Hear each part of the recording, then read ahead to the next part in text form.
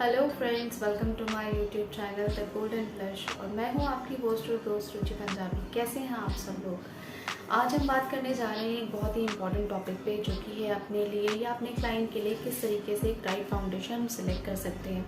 Right foundation select करने के लिए मैं आज आपको बताऊंगी केवल 5 टिप्स के अकॉर्डिंग अगर आप अपना फाउंडेशन सेलेक्ट करते हैं तो आप अपने लिए बहुत ही राइट शेड सेलेक्ट कर सकते हैं। जिसमें कि हमें पहला पॉइंट हमारा है कि अपनी अंडरटोन पता करना। अंडरटोन एक बहुत ही इंपॉर्टेंट टॉपिक है जो कि कहीं पता होता ज़्यादातर लोग जो है अपने फेस की स्किन को देखकर ही अपना फाउंडेशन सेलेक्ट करते हैं, जिसकी वजह से उनका फाउंडेशन जो है ग्रे पड़ जाता है, डल पड़ जाता है और उनका मेकअप बिल्कुल भी ठीक से निखर के नहीं आता। अंडरटोन हमारे 3 तरीके के होते हैं, कूल टोन, वार्म टोन और न्यूट्रल टोन। अब ये टोन किस तरीके से हम जान सकते हैं, इसके लिए हम कैसे पता करें कि हमें कौन से टोन का किस तरीके से पता चलेगा। तो इसके लिए हमारे पास 3 टेस्ट होते हैं जिससे कि हम अपने अंडरटोन को पता कर सकते हैं। जो हमारा सबसे पहला टेस्ट होता है अंडरटोन पता करने का, वो होता है हमारा फिजिकल अपीयरेंस। जब हम अपने आप को मिरर में देखते हैं या हम किसी को बाय फेस सामने से देखते हैं तो हमें पता चलता है कि उनका अंडरटोन क्या है। किसी की अगर सामने से फिजिकल अपीयरेंस में अगर लुक में आ रहा है येलो टोन दिख रही है, फेस पे येलो रिफ्लेक्शन आ रहा है या ऑलिव रिफ्लेक्शन आ रहा है, दैट मीन्स वो है वार्म टोन के। और कई लोग ऐसे होते हैं जो फेयर होते हैं और थोड़ा पिंकिश रेडिश टोन आता है, वो होते हैं कूल टोन। लेकिन कई लोग ऐसे होते हैं जिनका ना ही तो पिंकिश टोन, ना वाइटिश में दिख रहा है, ना ऑलिव येलो, ऐसा कुछ भी नहीं पता चलता, तो उनके टोन होता है न्यूट्रल टोन। दूसरा टेस्ट हम कर सकते हैं अपनी टोन पता करने के लिए, सन टेस्ट। अगर आपको ऐसे फिजिकल अपीयरेंस से नहीं आइडिया लग पा रहा है तो आप पूछ सकते हैं, या आपको खुद भी अपने लिए भी पता होगा कि जब आप सन में जाते हैं तो सन में जाने के बाद जब आप वापस आते हैं तो आपकी स्किन क्या ज़्यादा डार्क हो जाती है। दैट मीन्स आपका जो अंडरटोन है वो है आपका वार्म अंडरटोन। अगर आपकी स्किन रेड पड़ जाती है दैट मीन्स आपका अंडरटोन है कूल अंडरटोन। इससे भी आप पता कर सकते हैं कि आपका अंडरटोन क्या है। अब थर्ड पॉइंट होता है हमारा वेइंग टेस्ट। हमें वेइंग टेस्ट से भी पता चलता है कि हमारा जो अंडरटोन है वो क्या है।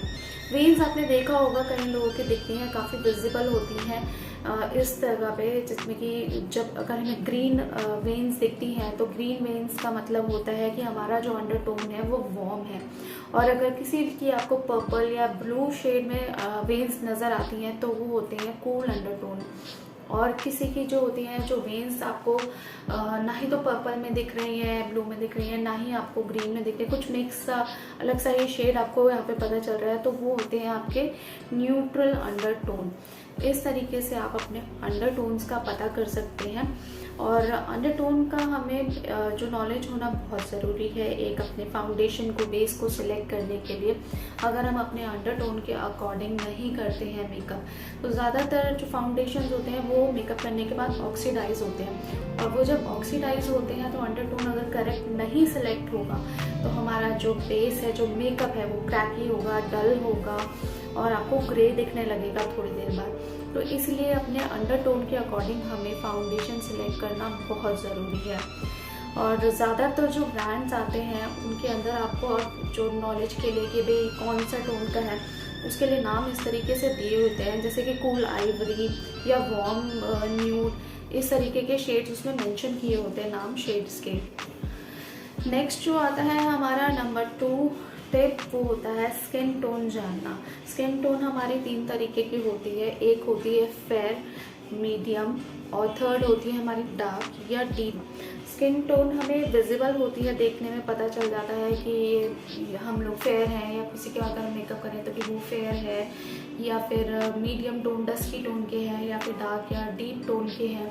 जैसे अगर भी आप देख सकते हैं मेरा मीडियम टोन, आपको सिलेक्ट करना होगा अपने मीडियम टोन के हिसाब से। और मेरे से अगर थोड़ा सा ऊपर की तरफ जाते हैं, लाइटर की तरफ, तो वो फेयर टोन में आ जाएंगे, और मेरे से थोड़ा डल में जाते हैं तो वो डार्क और डीप टोन में आ जाएंगे। और ज़्यादातर जो ब्रांड्स हैं वो सभी मेंशन करके रखते हैं। अगर आप लाइट टोन के लिए, फेयर स्किन के लिए अगर आप फाउंडेशन ले रहे हैं तो उसमें आपको ज़्यादातर आइवरी दिखेगा, या फिर आपको मिलेगा वनीला शेड या पॉर्केलियन, इस तरीके के शेड्स आपको मेंशन होंगे आपके फाउंडेशन पर फेयर स्किन टोन के लिए। नेक्स्ट आ जाता है हमारा मीडियम स्किन टोन, जिसके लिए ज़्यादातर ब्रांड्स बेज का ही इस्तेमाल करते हैं। बेज होम, बेज न्यूड, इस तरीके के शेड्स आपको मीडियम टोन के लिए मिलेंगे। थर्ड आता है हमारा डार्क और डीप स्किन टोन, जिसके लिए ज़्यादातर आपको जो ब्रांड्स मिलेंगे उनमें मेंशन होगा टैन, कैपुचिनो, कॉफ़ी, इस तरीके के वो नाम देते हैं आपके फाउंडेशंस को, तब ताकि आप इजीली अपने स्किन टोन के हिसाब से भी उस फाउंडेशन को जज कर सकें। तो ये होता है हमारा स्किन टोन के अकॉर्डिंग हम किस तरीके से अपने फाउंडेशन को सिलेक्ट कर सकते हैं। नेक्स्ट आता है हमारा थर्ड पॉइंट, जो कि है नो योर स्किन। अपने स्किन को जानने के बाद ही अपना फाउंडेशन सेलेक्ट करें। स्किन टाइप कैसा है, स्किन टाइप में हमारे 3 से 4 तरीके के स्किन टाइप आते हैं, जैसे कि ड्राई, ऑयली, नॉर्मल और कॉम्बिनेशन स्किन। तो हमें बहुत ज़रूरी है कि हम अपने स्किन के अकॉर्डिंग ही अपना फाउंडेशन सेलेक्ट करें। जैसे अगर मेरी स्किन ड्राई है तो मुझे उस हिसाब से अपना बेस सेलेक्ट करना चाहिए, ताकि वो ड्राई स्किन पे अगर मैं ऐसा बेस लगा दूँगी कि वो ऑलरेडी ड्राई है और मैंने ड्राई ही लगा दिया तो मेरा बेस बहुत केकी हो जाएगा, थोड़ी देर बाद बहुत ही अजीब सा लगने लग जाएगा। इसलिए बहुत ज़रूरी है अपने स्किन टाइप के अकॉर्डिंग ही हम बेस लें। हमारे 3 तरीके के स्किन टाइप के हिसाब से फाउंडेशंस आते हैं। एक होता है मैट, दूसरा होता है ड्यूई और तीसरा होता है सेटिन इफेक्ट। तो जिनकी स्किन ऑयली है वो यूज़ कर सकते हैं मैट फाउंडेशन। ये आपकी स्किन को एक ऑयल फ्री लुक देगा, मैट फिनिशिंग देगा और आपके बेस को फ्लॉलेस इफेक्ट देगा। दूसरा आता है अगर आपकी स्किन ड्राई है तो आप यूज़ कीजिए ड्यूई फाउंडेशन, क्योंकि ये आपके स्किन को एक शिमरी ग्लोई लुक देगा और आपकी स्किन को एक मॉइस्चर लुक देगा। और अगर आपकी स्किन कॉम्बिनेशन है तो आप कोई भी अपनी पसंद का फाउंडेशन सेलेक्ट कर सकते हैं। बस उसके लिए आपको अपना प्रेप और प्राइम बहुत अच्छे से करना होगा अकॉर्डिंग टू योर फाउंडेशन। अगर आप ले रहे हैं एक ड्राई स्किन वाला फाउंडेशन तो उसके लिए आपको प्राइमर लेना होगा ऑयल फ्री वाला, ताकि आपका जो बैलेंस बन जाए फाउंडेशन और आपके स्किन के बीच। और अगर आप ले रहे हैं ऑयली स्किन के अकॉर्डिंग अपने लिए फाउंडेशन को उठा रहे हैं, ऑयली स्किन वाला ले रहे हैं, तो उसके लिए आपको लेना होगा एक ऑयल बेस प्राइमर, ताकि आपका स्किन का बैलेंस बने, आपका बेस का और स्किन का बैलेंस बने। नेक्स्ट 4th पॉइंट आता है हमारा कि हमें अपने फाउंडेशन से कितनी कवरेज चाहिए। हमें वो डेली यूज़ के लिए चाहिए, किसी पार्टी के लिए चाहिए, हमें अपने किसी क्लाइंट पे करना है, ब्राइडल लुक के लिए और लॉन्ग पार्टी के लिए हमें लुक करनी है, तो उसके अकॉर्डिंग हमें देखनी पड़ती है कि हमें कितनी कवरेज चाहिए। तो कवरेज सेलेक्ट करने के लिए आती है आपकी लाइट, मीडियम और फुल कवरेज। जो लाइट कवरेज होती है उसके लिए हम शीर कवरेज बोलते हैं, जैसे कि हम BB cream, CC cream daily के लिए यूज़ करते हैं, तो वो होती है हमारी लाइट कवरेज, जिसको कि हम डेली अपने ऑफिस के लिए या कहीं हम जा रहे हैं हल्की फुल्की डे में कहीं मीटिंग है उसके लिए हम यूज़ करते हैं।